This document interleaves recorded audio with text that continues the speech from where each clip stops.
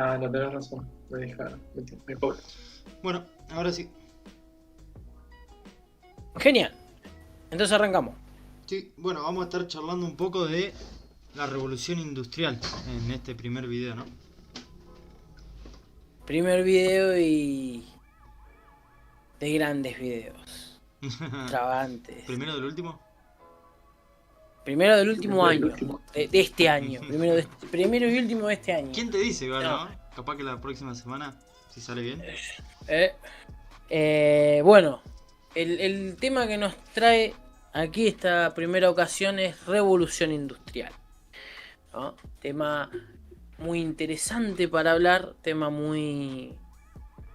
Iba a decir controversial, pero no sé si es controversial. Y es controversial. Depende ¿Ah, de sí? qué mirada tengas. ¿En qué sentido? Y depende si vos lo mirás solamente de parte de los hechos o lo analizás, ¿no? Depende también del lado que te pongas. Si te pones del lado de abajo o lo mirás solamente como un proceso. Trajo cambios positivos, cambios que quizás no son positivos, ¿no? Sí, claramente. O sea, por algo es considerado una revolución. Bien, Pero- vamos a partir desde ahí, a ver, ¿qué vendría a ser una revolución? Bien, a mí cuando me preguntan justamente esto, me gusta decir que una revolución básicamente es un cambio drástico a una realidad. En este caso, este cambio se lleva adelante por un cambio estructural en la tecnología, estructural en la sociedad, estructural en, en la economía principalmente. Claro. El cambio principal, yo creo que estaría bueno por ahí arrancar desde la cita que vos estabas nombrando antes de que empecemos a transmitir. Y después Fundamental. partir de por qué surge un cambio, cuál es la necesidad, ¿no? Y qué es lo que cambió realmente. Ahí voy, no arranqué con Porque la si cita hablamos porque de cambio como un proceso, no es que ayer nos encontramos en un campo y al otro día tenemos una ciudad llena de fábricas, ¿no? tal cual. No empecé con la cita porque la había perdido en realidad. Bien. El gran historiador Eric Hobsbawm dice que la revolución industrial significa que un día entre 1780 y 1790, y por primera vez en la historia humana, se liberó de sus cadenas al poder productivo de las sociedades humanas, que desde entonces se hicieron capaces de una constante, rápida y presente, y hasta el presente, ilimitada multiplicación de hombres, bienes y servicios, dice el chabón, ¿no? Perfecto. Ahí podemos entender que la producción, ¿no? O por lo menos el crecimiento económico como que estaba encapsulado, ¿no? No se movía, no había una movilización de capital o un gran crecimiento de capital, ¿no? De hecho, el capital desde 1870 a 1900 se va a multiplicar mundialmente, ¿no? Se va a duplicar, lo dice Hoffman también, se va a duplicar el capital. Hay un crecimiento exponencial, evidentemente, ¿no? Que se va a transfigurar en un crecimiento económico para las empresas y para algunas personas. Eso lo vamos a ver después, ¿no? Claro, estamos hablando de una multiplicación de todos los ámbitos de la vida humana. Digamos. Claro. Que viene Sí, igual de acompañado todas maneras hay que también de, localizarlo. que viene acompañado también de esa idea, ¿no? Del iluminismo, de llevar la razón a los ámbitos productivos, ¿no? Lo que pasa es que vos con el iluminismo vos tenés, te presenta la cuestión ideológica de este contexto. ¿No? Vos con el iluminismo nosotros pasamos a ver a esta idea de dejar de mirar hacia arriba, de dejar de confiar en la palabra de Dios, no de manera drástica, es decir, no eran ateos, sino que se empezaron a fijarse más en su alrededor, empezar a comprenderlo, ¿no? Y esto es lo que se da de cara al avance técnico, de cara al avance de la ciencia, de cara al avance de entender el mundo cómo funciona. Exactamente. Sí, una idea que evidentemente revolucionó. Después lo vamos a ver desde el aspecto político, ¿no? Con las revoluciones liberales, con la Revolución Francesa. Pero desde el aspecto económico, un ideal de que prima la razón y de que hay que implementar la razón también a la ciencia económica es un avance gigante, ¿no? Y de que a su vez hay que tener en cuenta eso también, ¿no? De que hay otra forma de generar riqueza, que pasa por afuera del sistema feudal, de ese sistema cerrado, ¿no? Hay otra forma de generar riqueza y las riquezas se generan también a través del intercambio, ¿no? En este primer proceso de la burguesía. Claro, porque vos con la revolución industrial, si bien se da un avance en toda la cuestión económica, también vamos a tener el nacimiento de dos clases sociales que van a configurar prácticamente todo el siglo XIX. Y uno de esos es el obrero. Exactamente. Pero bueno, primero vamos a ver algunos puntos centrales que permiten que se dé la revolución industrial. Porque cuando nosotros hablamos de revolución industrial, en un comienzo estamos hablando de Gran Bretaña, precisamente Inglaterra. Exactamente, y si hablamos de Inglaterra también es interesante pensar por qué Inglaterra, por ejemplo, y no España, o por qué Inglaterra y no Francia, ¿no? Evidentemente habían condiciones dadas, ¿no? Para toda revolución tiene que haber una condición, ¿no? Ese mismo ideal que por ahí tenía Marx, ¿no? De que la revolución obrera se iba a dar en Alemania, o en Inglaterra, pero se terminó dando en Rusia. Evidentemente hay condiciones necesarias para una revolución. Y vamos a ver que Gran Bretaña las tenía todas, ¿no?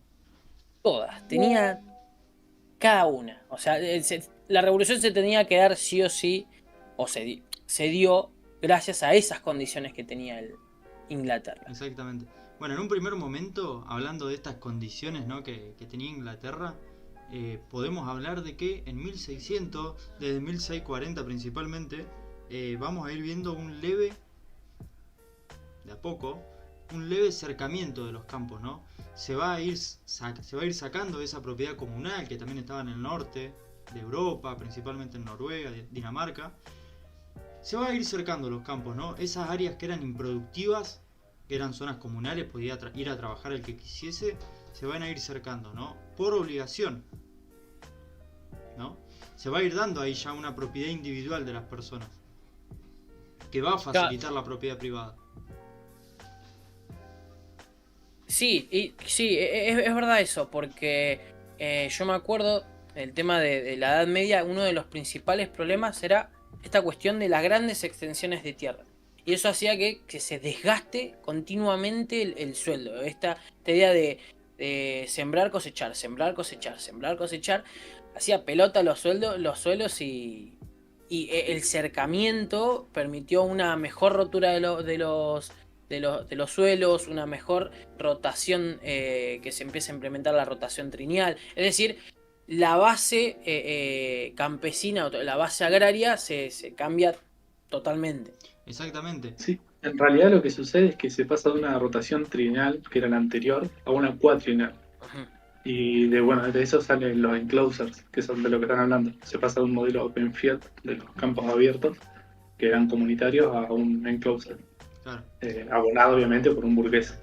Y como decía Agus, también eso va a llevar a que las tierras den un mayor rendimiento, ¿no? También, pasar de una rotación trienal a una cuatrienal, evidentemente va a tener una mayor productividad. A su vez, hay que tener en cuenta también de que muchas personas van a quedar, en cierto modo, liberadas, ¿no? De este trabajo, para luego pasar a hacer la mano de obra de lo que vamos a ver luego, ¿no?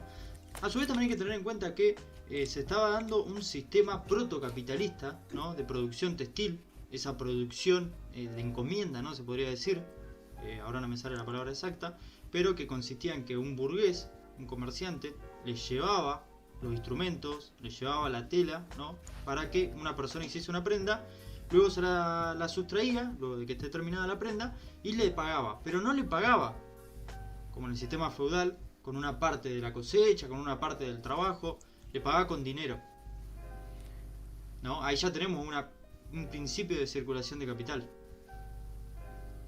Sí, tenemos esta cuestión del nacimiento de la burguesía, esta cuestión de comprar barato y venderlo a otro precio también, que tiene que ver con el nacimiento de esta protoindustria, como vos lo decís. Claro. Sí, a su vez hay un hecho que también va a marcar, bueno, ahí Lautaro estaba hablando de la rotación trienal, estábamos hablando también de los open fields, ¿no? Ya estamos viendo como un escenario, ¿no?, que se va dibujando, pero hay un hecho puntual que va a significar un cambio rotundo en la política inglesa, ¿no? Tenemos la Revolución Gloriosa de 1688, ¿no? Con esta revolución, el rey, hay que tener el contexto europeo, ¿no?, de que hay estados absolutistas, el rey va a perder poder, ¿no? ¿Quién va a ganar poder? El parlamento, ¿no? Que el parlamento, a diferencia de los otros estados, no era solamente aristocrático. La aristocracia ya tenía en cuenta, ya eran muy inteligentes y se habían aliado ya desde un principio con la burguesía. No eran antiburgueses esa aristocracia, ¿no? Respondían a los Se me murió intereses el audio, burgueses. no los escucho ninguno de los dos. No los escucho los dos, si están hablando. Les veo mover la boquita, pero no los escucho. Pero, ¿hola? Sí, yo te escucho, Agu, lo escucho los dos. Yo también. Lautaro tiene el problema.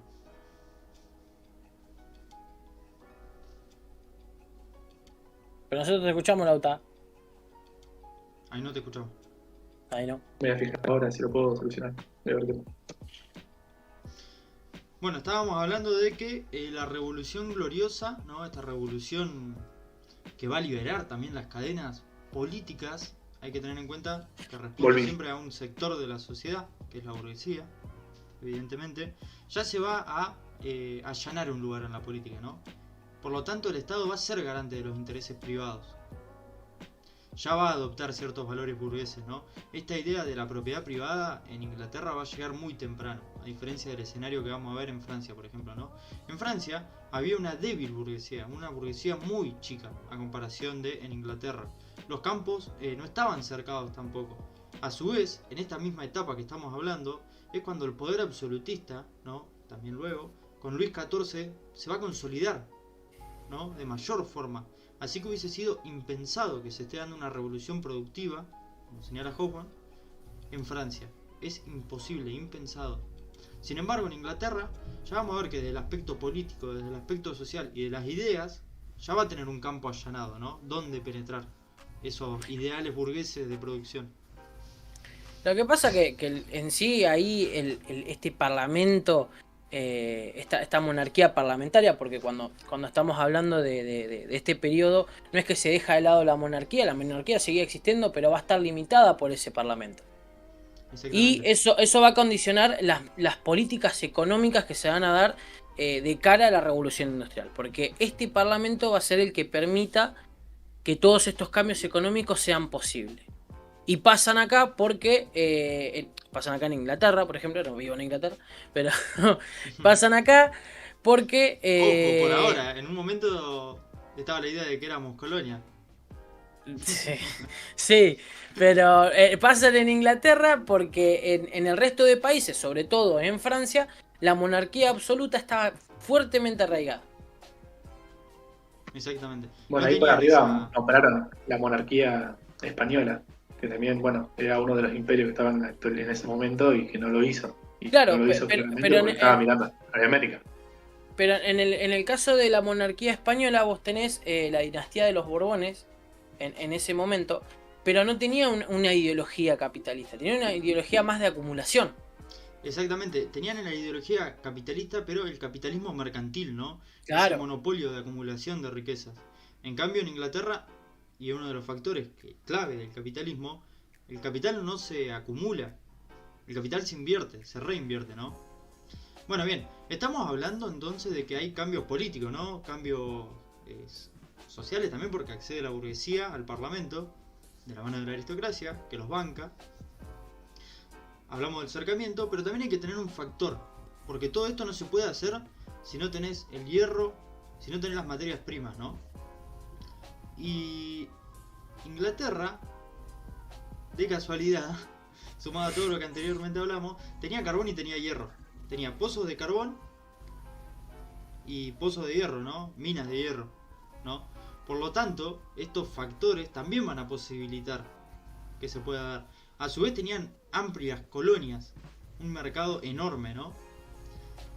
de dónde poder extraer recursos, porque Inglaterra ya se había lanzado, ya desde el siglo XVII y XVIII, a la conquista de nuevos territorios.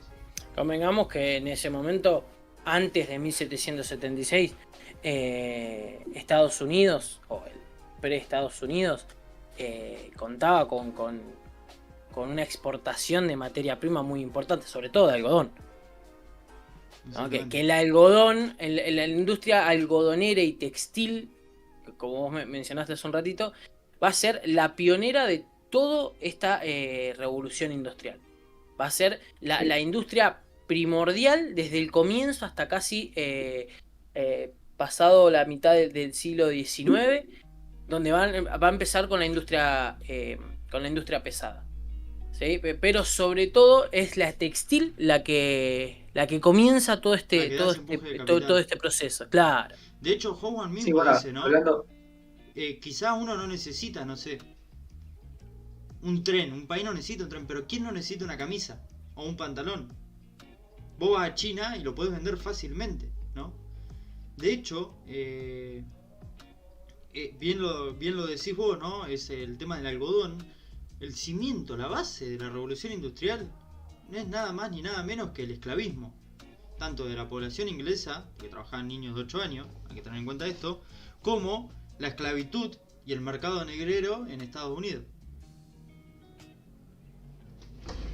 Sí, uno de los motivos también por lo que triunfó la producción textil fue también por esto. El precio del algodón era demasiado caro en su momento y la revolución industrial en cuanto a lo textil trajo la lana.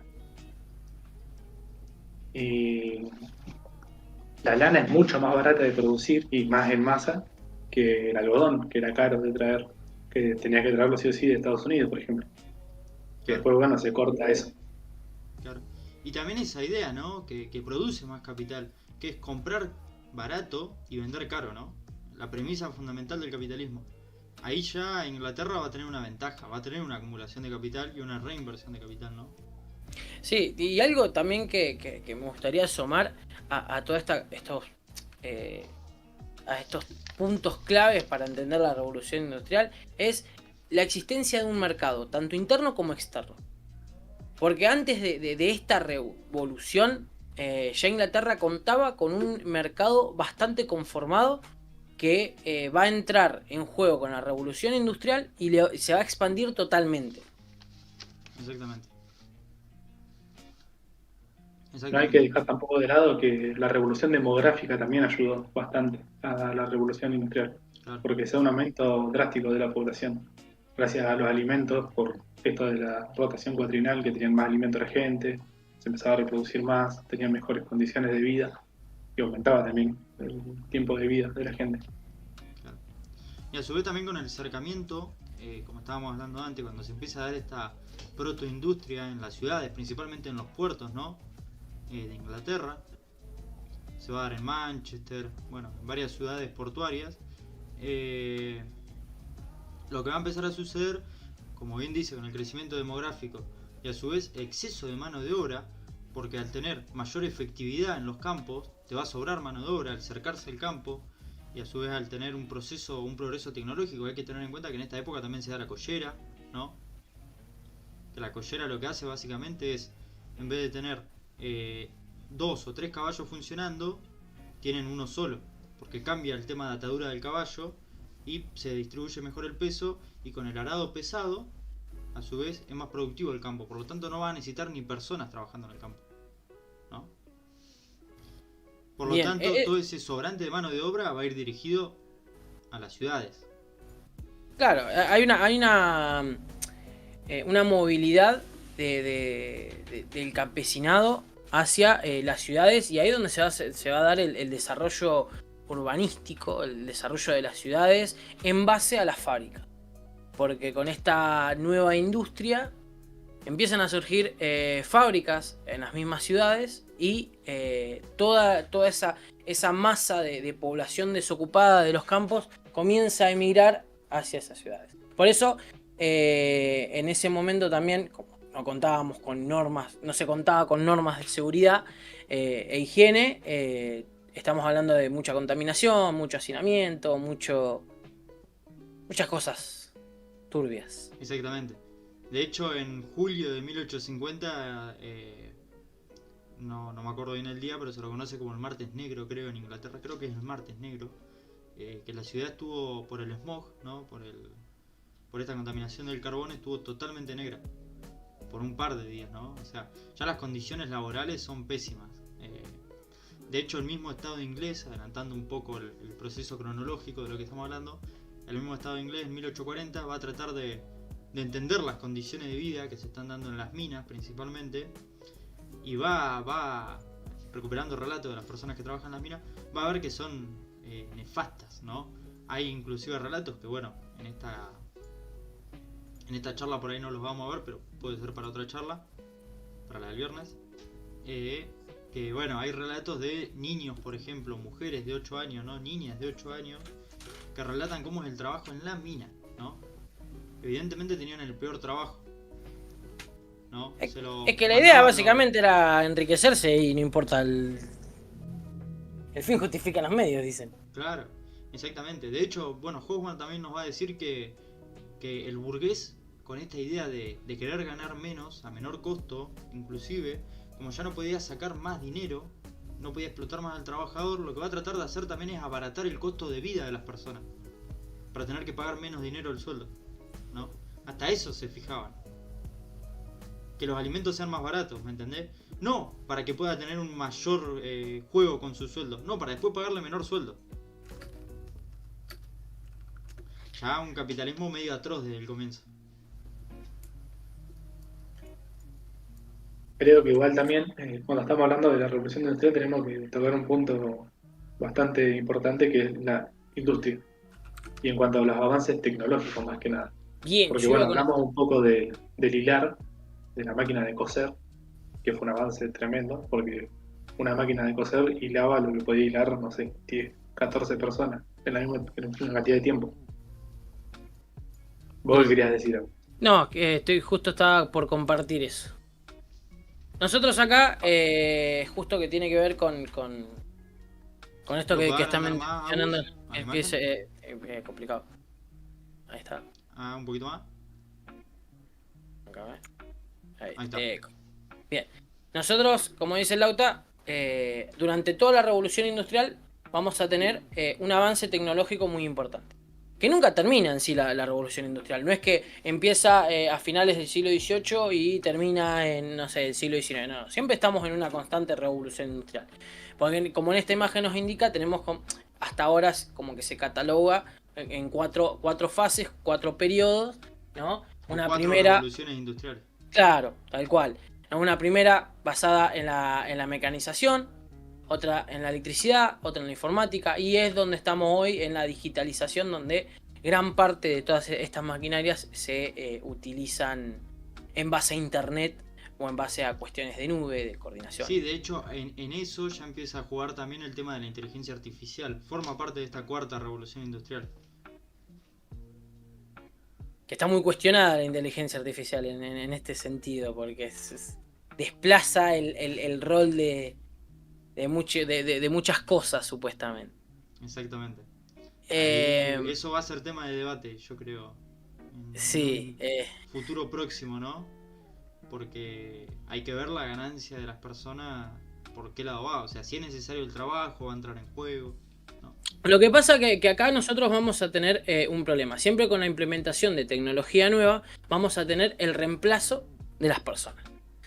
Porque cuando se comenzó a utilizar desde las primeras civilizaciones el arado, ya no iba a ser tanta la fuerza de trabajo que tenían que hacer, no sé, 3 o 4 personas para usar el primer arado, por ejemplo. Sino que va a requerir solamente una vaca. Y después otro tipo de tecnología como... no se me ocurre ningún ejemplo, pero otro tipo de tecnología... Bueno, llevaba la revolución industrial la misma máquina de vapor, ¿no? Que llevaba claro. el carbón, por ejemplo, desde el fondo de la mina hacia arriba. Ahí tenés, no sé, el tiempo. Primero que se reduce el tiempo, mayor productividad. Y segundo que no necesitas 10 personas, ¿me entendés? No, claramente. Ya desde el vamos, la implementación de nueva tecnología siempre va a reemplazar la mano de obra de las personas. Eso siempre pasó y siempre se cuestionó. Entonces no es normal que se cuestione hoy en día el papel de la inteligencia artificial. Exactamente. De hecho, yo creo que tiene que ser cuestionado y hay que encontrar una solución y hay que encontrar consenso también de por ahí qué tipo de sociedad queremos, ¿no? Porque está bien el tema, la inteligencia artificial, como todas las tecnologías, como todas las disciplinas, ¿no? Tiene que servir para ayudar al hombre y para hacerlo feliz, ¿no? Yo creo que ahí también entra un poco en juego lo que vivimos hoy, ¿no? El planteamiento no solamente de la inteligencia artificial, sino también de las disciplinas, ¿no? Buscan resolver problemas, pero buscan resolver problemas para hacer feliz a las personas, ¿no? Esa idea, va a ser controvertido lo que voy a decir, ¿no? Pero esa idea de que la economía, por ejemplo, está para hacer sufrir a las personas, a mí me parece lo más inhumano posible. La economía está para dar soluciones a las personas y para hacerlas felices, no para hacerlas tristes o para darle más problemas. Depende de donde lo vea, porque si a mí me toca trabajar, no soy feliz. Bueno, pero ahí está hablando de un plano subjetivo, yo te digo una macroeconomía. También La depende del disciplina, las presidente. intenciones económicas. No, entiendo lo que se apunta. Pero bueno, que quede claro que durante toda la historia desde que se da la revolución industrial, desde que comienza en sí, el avance tecnológico no tiene límites. Bien. Tiene que ser. Se suele poner una fecha, ¿no? De auge de la revolución industrial o como comienzo, que probablemente es 1750, 1760, 1770. Y no es una fecha cualquiera. No es una fecha cualquiera, ¿no? Porque en esta fecha vamos a tener un avance gigante, ¿no? Vamos a tener una mecanización que se va a comenzar a dar, que va a cambiar la productividad, que va a cambiar el comercio, que va a cambiar los tiempos, ¿no? Que va a cambiar la vida de las personas. Que hasta inclusive hasta hace muchos años cambiaba la vida de las personas, que va a ser el ferrocarril. El ferrocarril. A Agus yo le pasé una imagen ahora por Discord en donde se ve el avance del ferrocarril. Está buena para analizar. Ya la chusmeo, dame. ¿Dónde me lo pasas? Discord. Te pasé en sí 3 imágenes, que una era de No, la no. rotación en la cuatrienal y No me después de Ninguna me llegó. por Discord, ¿no? Discord. No. Sí, Discord, pero ¿qué chat? Ahí está en WhatsApp. ¿En WhatsApp por o en eso. Discord? Te dijo en Discord. Por estoy diciendo, Pero no está culiado. No me llegó. Pero no está en WhatsApp, yo lo veo en WhatsApp, lo veo en WhatsApp. No, también. o sea, estoy filtrando todo mi WhatsApp, boludo. Ah, Pará. No, pasa que ustedes ven el coso porque no estoy compartiendo el. Pero no veo el coso, boludo. bueno, ahí está. No me dejé de no me compartir mandaste la nada. transmisión. No me mandaste nada. Ahora sí me lo mandaste. ¿Te hiciste el revoludo? No, porque no le dio enter. Ahí no se te escucha la Cara. verdad. Es lo mismo que me pasó a mí hoy cuando te quise pasar la imagen. Qué culiado. Bien, No listo. me di cuenta, no me di cuenta. Volvemos de vuelta, Hay que tener en cuenta, muchachos, que esta es una prueba, ¿no? Sí, lo vemos nosotros, ¿no? Estamos Claro, yo no pienso hablar de vuelta a la revolución industrial el viernes. No, yo menos, pero bueno. No, para verlo. déjame hinchar la hablamos de otra pelota. cosa. Sí. Bien, bancame que estoy descargando las imágenes. Pero vamos a ver las imágenes, fíjate que están buenas, o estaban buenas por lo menos por ahí. Dame un segundo.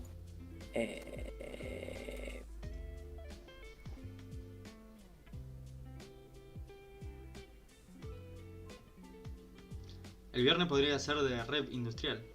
De rep francesa, digo. Industrial de nuevo. Bien, ahí se está viendo, ¿no? ¿Me confirman? Los muchachos. Me está encargando. Transmisión en pausa. Ahí ha minimizado la aplicación. Ah, sí, pero Es te como estaba viendo hacer si se para no pisarnos. Ahí se ve. ¿Podés acercar un poco más, Agus? sí, estaba viendo si se veía en el Se ve. en el coso. ¿Esto qué es? Por ahí se ve, a ver, lo del Open Field al Enclosure. Es el mismo lugar, pero dividido. Pará, ¿cómo? Uncloser. No. Bueno. Claro, sí, está bastante. O sea, acá tenemos un claro ejemplo de cómo eran los campos abiertos. Es hermoso este ejemplo. Está muy Sí, no bueno. solamente eso, sino que mirá, uno puede ver cómo, como dice el autor, ¿no? De granjas comunales, ya como en la imagen de 1870 se ve granja Church, granja Hall, granja Webrop, ¿no? Granja de Northfields. Evidentemente ya son territorios privados. Es que sí. Sí, Fíjate sí. que el bosque que está a la derecha abajo es un coto de caza en el 1870. Y en el 1700 no. Es un Y lugar aparte, abierto para los animales. es casa del propietario. Claro, sí, sí, ya tiene propiedad el campo. Acá está Churchill. Exactamente. Bien. Qué tarado. Me faltan 200 años el chabón todavía. Bien. Esta vendría a ser el ejemplo. Después tenemos, bueno, la expansión del ferrocarril en lo que es todo el territorio europeo. Porque estaba viendo si era solamente Inglaterra, pero no, tenemos una banda, boludo. Nunca lo había visto así tan... Pero Sí, para hay que 1840...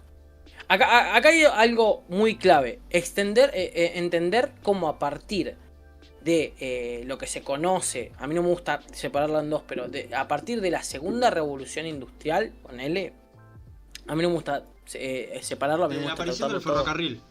Claro. Empieza a darse una expansión a nivel continental, siempre estamos hablando de Europa, durante varios años, hasta 1880, que ya tenemos a prácticamente toda Europa industrializada. O por lo menos en base a un ferrocarril. Sí, no toda Europa, pero por lo menos nos vamos a encontrar con 3, 4 estados que sí están industrializados. Inglaterra, Francia, Alemania, Bélgica. Ya se va a dar un Claro, proceso no de industrializado, industrialización. pero comunicados sí.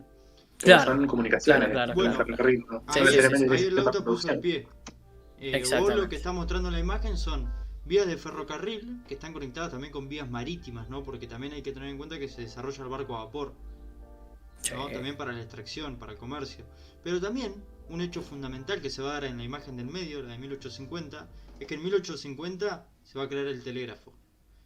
Y en 1870 ya todo el mundo, ya se había hecho el tendido oceánico del telégrafo, todo el mundo va a estar conectado a través del telégrafo, ¿no?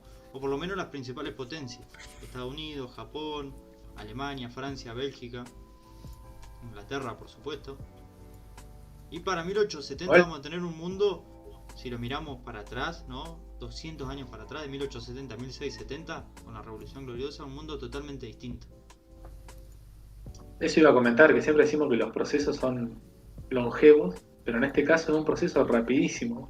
Con la revolución industrial los procesos se empiezan a achicar cada vez más de tiempo. Procesos que antes tardaban, no sé, 400 años, ahora son 20. Es que sí, vos fíjate que si estamos hablando de 1780, 1790, inicios, ya en menos de 50 años ya tenés un desarrollo de comunicaciones, de industria, de extracción de recursos, muy amplio, Exactamente. muy amplio. Y toda esta extracción de recursos va a estar basada también en la idea del darwinismo social, ¿no? Ahí ya por ahí tocamos un poco el tema del imperialismo, pero el imperialismo va a ser también base de la expansión industrial, ¿no? Yo creo que es necesario nombrarlo, por lo menos por arriba. Las colonias que se van a fundar en África, en Asia, van a servir para la producción industrial. No solamente para el acceso a los recursos, sino también a mano de obra. Tal cual. Lo que pasa es que la expansión capitalista industrial fue tal que provoca una sobreproducción. Provoca como la gran crisis primera del capitalismo. Si bien el capitalismo se caracteriza por ser algo que sube y baja constantemente, o sea, el capitalismo siempre sufre crisis, la del 1873, que va a ser como una de las razones principales para explicar el imperialismo, esa crisis se va a caracterizar por lo profunda que fue, porque va a sumir a gran parte de Europa en una depresión bastante importante. Exactamente, hay que tener en cuenta también que antes del, como bien decías, antes del capitalismo industrial, todas las crisis eran por la producción agropecuaria, la producción agrícola, ¿no? Ahora todas las crisis van a ser por oferta y por demanda, y van a ser crisis del sistema capitalista, ¿no? Vamos a ver también que las formas de solucionarla del sistema capitalista es como que el capitalismo siempre es una amalgama, ¿viste? Encuentra una forma de solucionar la crisis, ¿no? En muchos casos trasladándola a otro lado, que es lo que vamos a ver con el imperialismo, ¿no? Yo creo que eso amerita otra charla, otro podcast, otro Sí, capítulo no, aparte. claramente el desarrollo del imperialismo ya estamos hablando de algo más que se debe hacer un análisis mucho más profundo, pero cabe aclarar que la solución básicamente de eso fue expandir el mercado en base a una dominación, en base a una repartición de bienes manufacturados hacia esos lugares. Claro, sí, sí, sí, sí. De desbordar otros mercados, ¿no? Con las Exacto. manufacturas y la extracción, ¿no? Sí, sobre Bueno, todo. algo importante, opino yo, es el cambio que se va a dar en 1800, a comienzo de 1800, ¿no? Hay que tener en cuenta que se va a crear va a salir como una opción el ludismo, ¿no? Como respuesta a la revolución industrial, porque estamos hablando desde hoy de una burguesía, pero no estamos hablando tampoco de un proletariado, ¿no? No, no, Y eso acá va a es, surgir esta figura del obrero sí. industrial. Sí, lo que pasa que nosotros lo mencionamos, pero no lo habíamos dicho. Nosotros con la revolución industrial vamos a tener el surgimiento de dos clases sociales nuevas. Si bien la burguesía tiene su nacimiento por allá por la Edad Media, acá va a nacer el trabajador industrial o el obrero, o como lo llama el buen amigo Marx, el proletariado, ¿no? Exactamente.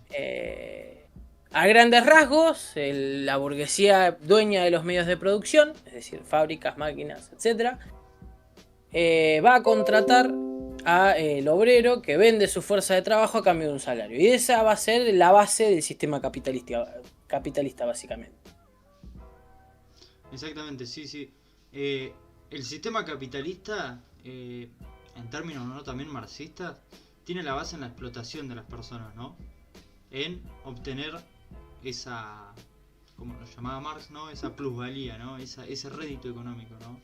En base a no redistribuir la riqueza, obviamente.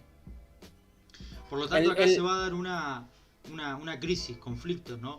A través de la mecanización vamos a encontrar en un primer momento una manifestación, no una oposición de clases, sino una manifestación que va a ser el ludismo, ¿no? ¿Qué consistía el ludismo básicamente? El ludismo viene de Lut, que era un obrero industrial inglés, ¿no? Que va a romper las máquinas como respuesta, ¿no? Eh, al salario, bueno, a las condiciones de trabajo, va a empezar a romper las máquinas y en 1813 aproximadamente se va a generalizar, pero lo van a acaparar como siempre con represión, ¿no? Luego tenemos también Exactamente. el cartismo, ¿no? Que también es algo parecido. No sé si quieren No, que comentar bueno, algo. a raíz de todo esto también surgen todas las ideas de izquierda que podemos nombrar: Ah, comunismo, socialismo, anarquismo, toda eso una iba serie de ideas esta de la eso lucha de los clases.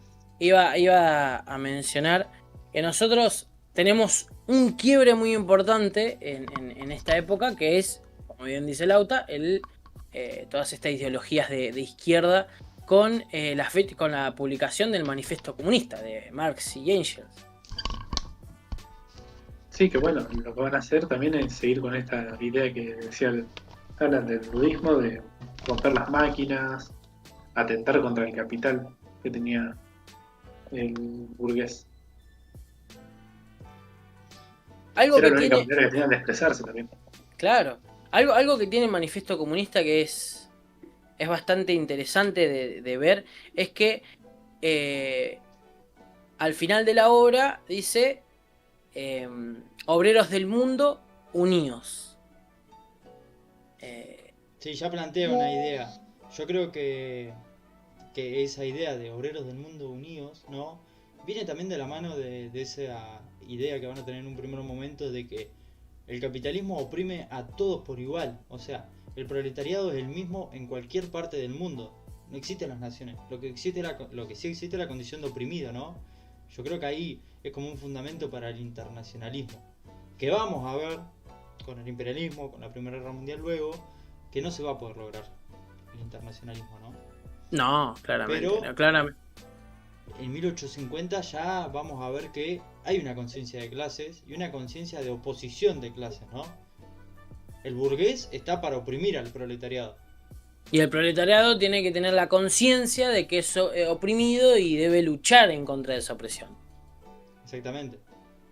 De todas maneras hay una mundialización de las ideas, porque, Sí, por ejemplo, sí. si hablamos del caso de la Argentina, a fines de 1800 llega Malatesta, italiano, con estas ideas revolucionarias del anarquismo, y termina pasando en Argentina lo mismo que estaba pasando en Inglaterra, gente rompiendo máquinas, protestando, levantándose en contra de Claro, el movimiento burgués. obrero se va a trasladar prácticamente a través de gran parte del mundo, pero va a adoptar características de ese lugar, ¿sí? Porque Claro, nosotros en ese momento no teníamos una industria en sí, no había industria, era un modelo basado en el centro, en lo que es el sector agropecuario, pero básicamente adopta las características de Argentina, el movimiento obrero. Sí, sí.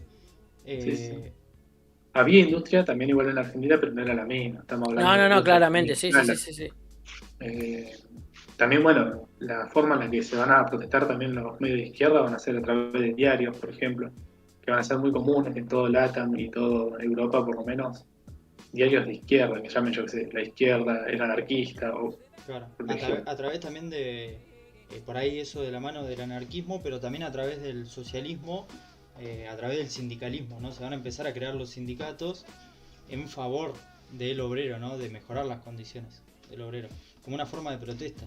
Ahí también nos encontramos la división entre los autoritarios, que vendrían a ser los marxistas, y los antiautoritarios, que son los anarquistas, ¿no? Los anarquistas van a ser probablemente los que hagan oír más su voz, aunque yo creo que la historia lamentablemente los ha dejado más de costado, ¿no? Los ha silenciado más a los anarquistas, ¿no? Porque los que ponían para mí la sangre en muchos de los casos eran los anarquistas y no han quedado en la historia como grandes defensores de los derechos sociales, civiles. Yo creo que tiene que ver también con el tipo de lucha que planteaban cada uno, ¿no? El anarquismo, no llegar al consenso e ir directamente al choque, y también por el otro lado tenés al socialismo que intentaba el consenso, intentaba la vía democrática para llegar a los trabajadores. Entonces, creo que ese adecuadamiento, si se puede decir así, del contexto lo hace que también que sobreviva, más que el Exactamente. anarquismo. Es como el radicalismo en Igual el gran Argentina, problema ¿no? que tiene el anarquismo es que no se puede agrupar. Al no tener agrupación y no tener un líder, el anarquismo se cae por su propio peso. Como son Claro, todos individuos, nadie tiene fuerza sobre nadie, ahí se cae. El socialismo puede vivir por eso, porque siempre tenía un representante del socialismo, claro, un nombre, un apellido. claro. Claro. Y también eso que dice Lagos, ¿no? De que primero se probó a través de la vía armada, en algunos casos se siguió intentando, pero en muchos casos se pasó a participar de la vida política, ¿no? Decía yo justo también el caso del radicalismo, ¿no? Que trata de hacer una serie de levantamientos armados, en cierta medida le funciona, en cierta medida no, pero luego accede por la vía democrática al poder. Entiende que no le queda otra, o sea, era como, ¿es esto o terminamos siempre los tiros? Es básicamente eso. Sí, sí. Algunos entienden, ¿no? Porque Alem se No, terminó no. suicidando, pero Sí, sí, sí, algunos bueno, entienden que es por la se vía lo tomó democrática. se lo tomó muy literal al tiro. Sí, sí. Ahora no recuerdo bien el nombre este del socialista que se enfrentaba siempre a duelo dentro del Senado. ¿Sí? ¿Se acuerda el nombre? ¿Cómo se llamaba? Eh... Sí, no me acuerdo. ¿Palacios era? No. Palacio, Palacio, sí, sí. No me acuerdo. No me Un acuerdo. personaje hermoso. Alfredo Palacios, creo, el de los bigotes. Sí, sí, exactamente. Bueno, O- ahí era muy común, ¿no? También esa... Han habido enfrentamientos en la Cámara de Senadores, Cámara de Diputados, ¿no? Que se batieron a duelos, ¿no? Bueno, los duelos en la Argentina, eso también es interesante, siempre ha sido como algo que ha sucedido, ¿no? San Martín, de hecho, lo retó a duelo a Rivadavia cuando se encontraron en Francia, ¿no? Sí, era una película de Webster, pero en Argentina. Claro, sí. Todo esto me hace acordar a Severino Di Giovanni, un anarquista acá argentino que lo cagaron fusilando. Que también, anarquista, hinchado los huevos, lo cagaron a tiro. Pero el loco hizo un par de cosas que estaban bastante copadas para verlo en otra ocasión. Claro. El anarquismo acá en El Argentina episodio del es muy, anarquismo muy... estaría interesante. Sí, interesante también lo que plantea Agu, ¿no? Porque uno está hablando de una burguesía y uno habla como si fuese un capital económico. Vimos que a través de la revolución de 1848 accedió al poder, pero también algo que está quedando de lado es que el capital siempre va a necesitar un fundamento que es el orden, ¿no? La paz externa y la paz interna también, ¿no? La burguesía va a ser una fiel aliada, o sea, el poder económico va a ser un fiel aliado del ejército. No solamente de la política, sino también del ejército, ¿no? Como guía para asegurar la paz. Hay paz, te llevo paz a África, los tiro, pero te llevo paz. Claro, o internamente, ¿no? Internamente necesita que los trabajadores no hagan una huelga. Claro. Y cuando las palabras no entran las balas, ¿no? Se dice. Claro. Han cargado varios muertos y hasta el día de hoy. Y grandes masacres de represión se dan en este contexto, no solamente... La Patagonia Rebelde en Argentina, por ejemplo, ¿no? Sí, Patagonia Rebelde, un Cordobazo... Estado que defiende los intereses de la burguesía. Esa idea del mercado autorregulado, el Estado liberal. ¿Quién me hace acordar, no? ¿Será el nuevo innombrable? Porque no me nombraste. Sí. Tocate el cubo izquierdo por las dudas. ¿A quién me hace acordar? Pero bueno. No sé. Acá no tenemos ideología. No, para por nada. Suerte. Bueno, lo que veníamos mencionando, para volver nuevamente con estas nuevas ideologías, esta izquierda que se va a oponer a todo este capitalismo en su pleno auge, digamos, porque después vamos a tener distintos cambios que se deben a partir de crisis y demás. Pero básicamente, si catalogamos un actor social que es fundamental para entender el capitalismo y entender esta época, es el obrero. El obrero es el punto de quiebre de toda la revolución industrial. Porque va a ser la oposición, va a ser de la que su fuerza de trabajo va a depender. De su fuerza de trabajo depende todo este sistema. Sí, que por distintas vías se va a tratar de sofocar, ¿no? Esa idea de unidad a través del romanticismo y el nacionalismo, ¿no? Claro, porque en sí básicamente lo que nace con toda esta teoría de Marx y Engels es esta idea de conciencia de clase. Antes de ser personas, nosotros somos obreros oprimidos. Y si somos obreros oprimidos, vamos a romper todo. Básicamente. Pero hermoso. Sí. Bueno, hablamos también hoy de que en 1870, cuando estábamos viendo las imágenes, ¿no? Vimos que estaba la vía del ferrocarril, hablamos de que había en varios países industrializados, no solamente Inglaterra, dijimos Bélgica, dijimos Japón, dijimos Alemania, dijimos Estados Unidos, dijimos Francia, ¿no? Y hay que entender por qué. Porque Argentina no se estaba industrializando, por ejemplo, ¿no? Tenemos la distribución internacional del trabajo, ¿no? Hay algunos países que deben exportar materias primas, sea por la fuerza de las balas, de la bayoneta, o como en el caso de Argentina con un neocolonialismo, o de América Latina, y países que producen, ¿no? Pero Japón, Alemania, Estados Unidos, industrializaron, esta pregunta va para ustedes, ¿no? ¿Industrializaron de la misma forma que Gran Bretaña? ¿De qué forma se lograron industrializar esos países? No, de la misma forma no. Básicamente siempre se tiene en mente que los demás países fuerzan una industria. ¿A qué se apunta con esto? Que llevan medidas políticas y económicas para favorecer el nacimiento de la industria. ¿sí? En cambio, en Inglaterra es algo que se fue dando paulatinamente en base a los procesos sociales y económicos que se estaban dando. Claro. Sí, por ahí Inglaterra, bueno, en palabras de Chang, ahora no podemos mostrar el gráfico porque no tengo la imagen, pero Inglaterra tenía estándares de protección aduanera, ¿no? De proteccionismo, muy altos inclusive hasta para la época. En 1820-1830 era uno de los países que tenía las restricciones aduaneras más altas de todo el continente. De hecho, Estados Unidos, un gran país industrial, que lo vamos a ver luego de la Primera Guerra Mundial muy favorecido, luego de la Segunda también. Hasta 1945, Estados Unidos es el país que tiene la protección industrial y las tasas aduaneras más altas de todo el mundo, ¿no? Por lo tanto, libre la comercio, industria mira. no se da a través del libre comercio. Libre comercio.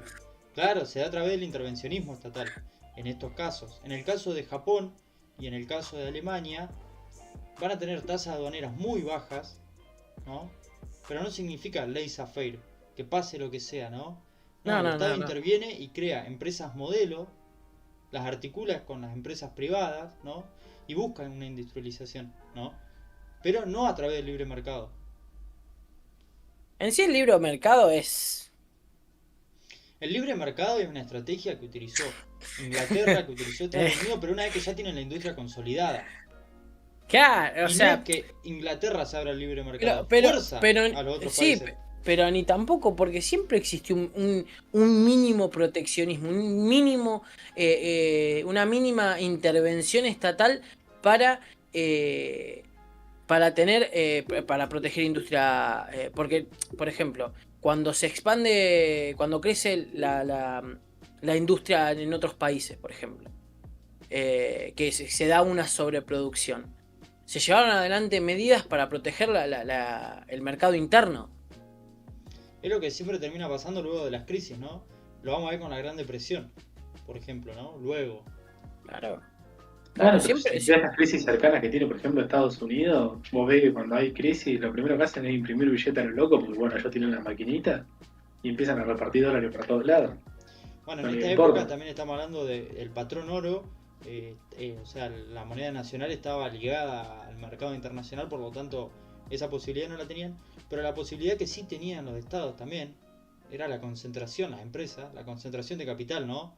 Las empresas menos rentables se funden y quedan a través del proteccionismo, etcétera, etcétera, las que se pueden quedar. Sálvese quien pueda. Pero siempre hay una intervención. Eso no se ve. Sea mínima o sea poca o mucha, siempre hay. No es que hay un libre mercado, no es que... Sí. Obvio. Y de hecho hay un estado que protege, interviene para proteger.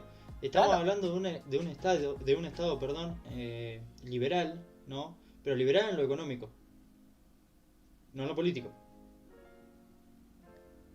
Un efecto importante también que hay en Europa, y por eso también se da toda esta expansión de la revolución industrial, es el avance de los bancos, el capital de los bancos y el poder que tienen los bancos de dar préstamos. El avance de los préstamos y los bancos hace que se desarrolle también en otros lugares medios recónditos en la revolución industrial, como puede ser el caso de Polonia, por ejemplo, el cual logra meterse en este círculo de la revolución industrial gracias a los bancos y al apoyo de los banqueros, y cómo los burgueses contactaban, por ejemplo, con judíos, que eran los que casi todos tenían los bancos acá en Polonia, y lograban desarrollar el ferrocarril o fábricas textiles de esa manera, con préstamos de bancos. Igual que el caso de Argentina, ¿no? Que tiene el ferrocarril en 1850, muy temprano. Tiene el primer ferrocarril a través de inversión inglesa, ¿no? Pero la inversión en los países crecía el capital del país, evidentemente, pero era para facilitar la extracción. Argentina potencia. Claro, el ferrocarril argentino era una extensión del ferrocarril inglés, si te lo pones a mirar de otra forma, porque aseguraba la extracción de la materia prima para Inglaterra. Bueno, por eso yo siempre decía que no, donde esté el ferrocarril significa que hay revolución industrial, sino que hay una revolución de la comunicación nomás. Sí, es verdad. Claro. Sí, una revolución por ahí del comercio también, ¿no? De la extracción. No sé si por ahí les quedó algo más por hablar de revolución. Yo creo que hablar de este tema ya también deja la base la base social, la base política, la base temporal también histórica, ¿no? Para hablar de grandes procesos, ¿no? Esto va a llevar a, como bien decían, a la Revolución Rusa, ¿no? Esto va a llevar también al crecimiento de la participación política también, ¿no? A esa oposición de clase. También va a llevar a la Primera Guerra Mundial. Sí, porque vos acá también lo que tenés en este contexto de crecimiento económico, vas a tener el auge de Gran Bretaña como potencia hegemónica de prácticamente el mundo. Entonces, en este contexto donde asciende Gran Bretaña, se da un proceso que se lo conoce como Pax Britannica, donde Gran Bretaña, en base a 4 instituciones, que son el patrono oro, ayúdame que no me acuerdo, el mercado autorregulado, el Estado liberal, y me falta una más que me olvido.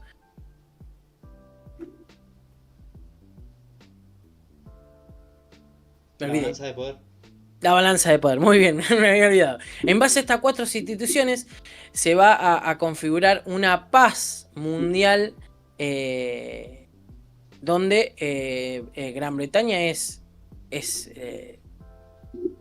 la cabeza de esa paz. Es el centro financiero, ¿no? Exactamente. La diplomacia y la política está ligada a las finanzas. En Claro. este momento se va a entender que no puede existir el comercio en guerra, ¿no? En guerra entre las grandes naciones. Sí, porque si bien había conflictos, porque tenemos todo el tema del imperialismo, tenemos también conflictos entre algunas potencias, como el conflicto de los Balcanes, la guerra franco-prusiana, vamos a tener también en este contexto, pero estamos hablando de conflictos de gran magnitud, casi como las guerras mundiales, ¿no? Va a haber conflictos, pero en grandes rasgos estamos hablando de una paz. Exactamente, ¿no? Cuando se habla de paz, se habla paz entre todos los estados, ¿no? Una guerra, a diferencia de la guerra napoleónica, que no involucre a muchos estados o a las grandes potencias europeas, ¿no? Evidentemente esta paz también se va a lograr con el Congreso de Viena, con la Santa Alianza, ¿no? El Congreso de Viena sentaba las bases de que quieren hacer la guerra, háganla, pero no la hagan en Europa, háganla en otra parte del mundo, ¿no? Una idea macabra, atroz. Hijo de puta. Hacer en el patio. Sí. Claro. Andate a América a hacer la guerra, culia. Exactamente. Bueno, de hecho en esta época van a haber conflictos en América Central entre potencias, ¿no? Sí, tenés la independencia de Estados Unidos, que estaba Francia e Inglaterra. ¿Qué hacía Francia ahí? Y va a llevar también esto a la Revolución Francesa, luego, Sí. porque va a quedar fundida Francia, ¿no? Pero ¿qué hacía Francia ayudando a la independencia Sí. de Inglaterra? Estaba en el patio, estaba jugando los tiros. Claro. Bueno, esto es España antes del también, Congreso igual. de Viena, pero bueno, también. España también fue a ayudar a Islandia, a su manera. ¿Qué? Si estaba abajo. Sí, son unos en culiados. este momento era Inglaterra contra todos, ¿no? También. El Y gran si te enemigo. Si te pones a pensar, sí. O sea, son hijos de puta. Porque vos tenés toda América cagándose a tiro entre ellos ahí. Y Europa acá estaba como. Acá no. Acá no. Acá no. Acá Acá está todo piola. Allá en el patio nos rompemos si queremos. Pero. Sí, el siglo XX va a ser una ruptura, ¿no? Van a llegar a niveles de destrucción masiva que también ahí entendemos por qué desde 1945 hasta, bueno, tenemos enfrentamientos en los 90, en los Balcanes, pero de nuevo, nuevamente, ¿no? En la independencia, pero no va a haber una nueva guerra en Europa, ¿no? Lo mismo que se entendió antes se va a entender luego, o sea, no, el comercio es lo más importante. Después esto también se puede Sí. relacionar con el conflicto de Rusia, ¿no? Donde el comercio es lo más importante, ¿no? A Rusia, bueno, se la trató de ahogar por esa vía. Pero bueno, es como que la paz, la paz está ligada al comercio y la guerra no está ligada al comercio. Depende para quién, porque hay vencedores también, ¿no? De la guerra, los que producen las armas. No, obvio, podemos decir que para Estados Unidos la Segunda Guerra Mundial fue un comercio. Y la Le primera salió redondo. Y la primera también, la como primera gran también. acreedor No, sí, obvio. de La Francia y primera, Inglaterra. sobre todo la primera. Sí, la verdad que sí. Como gran Pero financista bueno. de Alemania. Pero bueno, ahí nos estamos yendo por ahí de Sí, tema. no estamos yendo, sí. Yo creo que uno cuando habla de revolución industrial, el factor importante es como como lo que dijimos al principio, ¿no? No sé si la querés repetir, Agus, y vemos si la hipótesis inicial está verificada, ¿no? A través de lo que estuvimos hablando. Para que lo busque. Se me cerró. Creo que cuando aprendimos a uno volvió a repetir. Básicamente, yo te puedo decir, como para cerrar esta idea. Hobsbawm en un momento de su libro dice que la Revolución Francesa configura el mundo de... Pará. La Revolución Francesa configura el mundo de forma ideológica. Pero la Revolución Industrial va a configurar el mundo y la modernidad de forma económica. Porque de cara a estas dos revoluciones vos vas a tener distintos cambios en base a todo esto que se produjo a partir de esta doble revolución. Porque nosotros vamos a tener la económica en Inglaterra y la política e ideológica en Francia. Exactamente. ¿Y querés repetir la frase que habías dicho al principio también? Para que la estoy buscando. Ni bola le diste, maestro. Bien. Como sumando a esto también, yo había visto